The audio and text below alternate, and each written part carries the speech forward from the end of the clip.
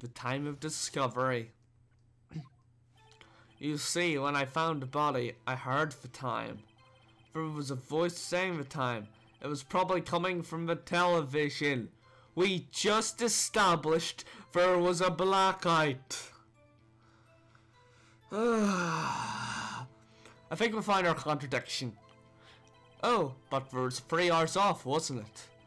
I guess the victim must have been watching a videotaped program. That's why I thought it was 1 PM.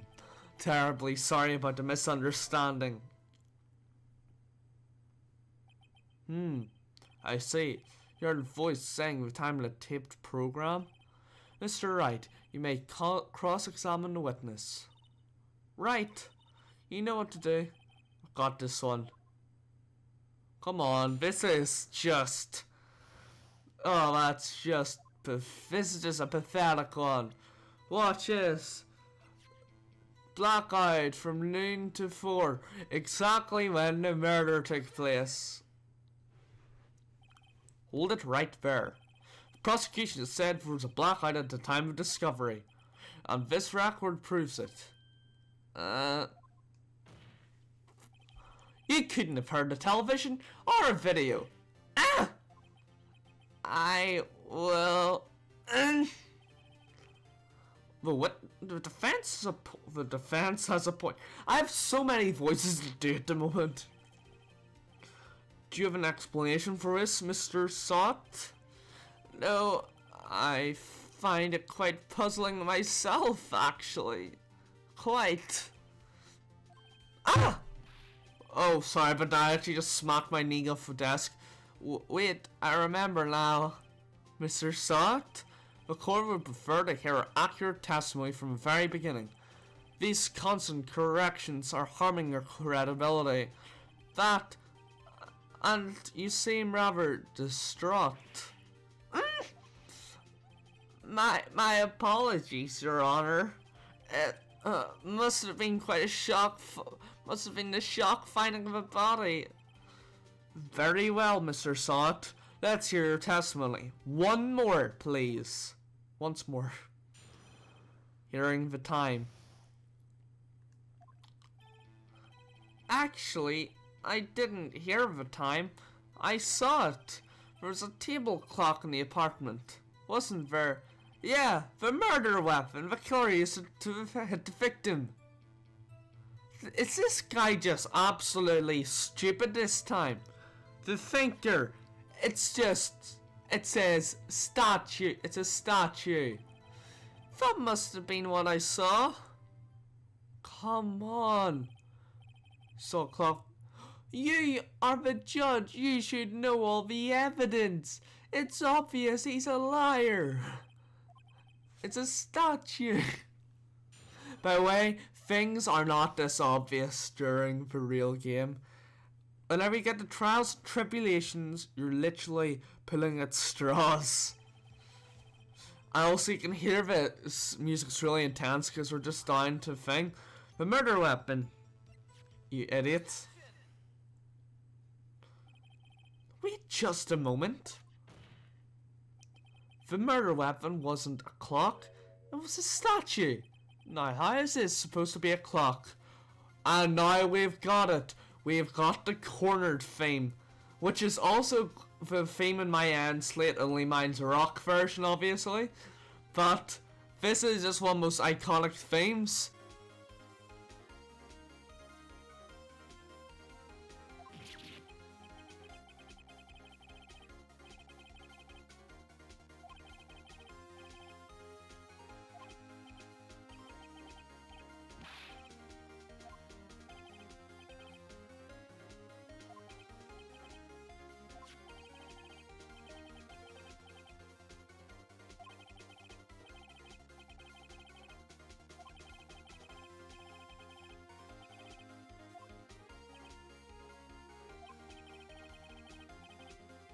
So the murder weapon was a table clock after all. Plot twist! He was right. But how would the witness know that? Well, Mr. Wright, it appears the witness testimony is correct. This is a clock. Do you have any problems with this testimony now? Of course we do. He doesn't know. He shouldn't know that. Your Honor, there's a gaping hole in a witness's testimony. The only way he could have known the weapon was a clock to hold in his hand. Yet the witness testimony said he never entered the apartment. And he also said he was going to use the phone inside, but it wasn't working. How does nobody else notice that? Clearly a contradiction. Indeed. The witness knew it was a clock because he went into the apartment, knew the victim. We're not going to say knew the victim, we're not stupid. You're lying. You were inside the apartment the day of the murder. Oh yeah? Prove it. Prove I went in there. He's showing his true colours now. I'll do better than that. I'll prove you're the one who killed her. You struck her with a clock, and the shock of a blow triggered the clock's voice. That was the sound you heard. Order in the court. Intriguing. Please continue, Mr. Wright. Yes, Your Honor. Mr. Sott, the sound must have left quite an impression on you. Understandably, since the murder weapon spoke just as you hit the victim. That voice burned into your mind. That's why you were so certain about the time. What's the meaning of all this? This is all baseless conjecture. Baseless? Just look at the witness's face. Would the witness care to elaborate? Did you strike the victim with a clock? I never. Look, the clock. I heard. No, I mean, I saw. Shut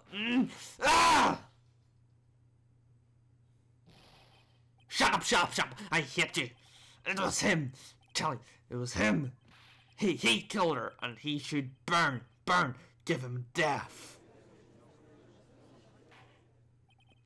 Order in the court, I say. Your Honor, a moment, please. There isn't a shred of evidence supporting the defense's claims. Mr. Wright, Your Honor, you claim the sound of a hit witness heard was coming from a clock. Do you have any evidence? The whole case is riding on this. I better think of something pretty carefully. Your Honor, the sound Mr. Solid heard was definitely his clock.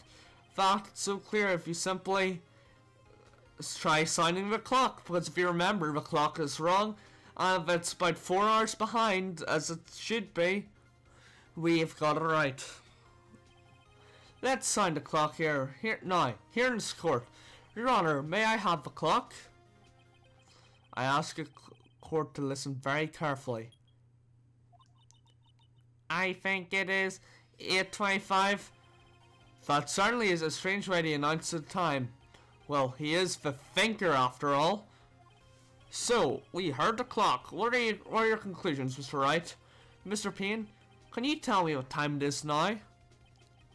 It's 11:25. Ah! As you can see, the clock is exactly 3 hours slow. Precisely a discrepancy between what Mr. Sott heard and the actual time of death.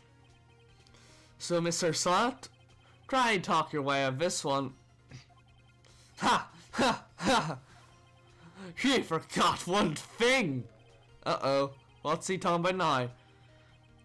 While it may seem like a clock is running 3 hours slow, it proves nothing.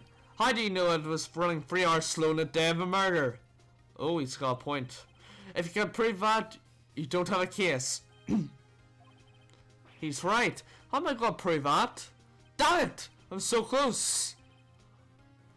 Mr. Wright, it seems your lack of critical evidence to support your claim. Yes, Your Honor. This means I cannot let you indict a witness. Unfortunately, this ends cross-examination of Mr. Frank Sott.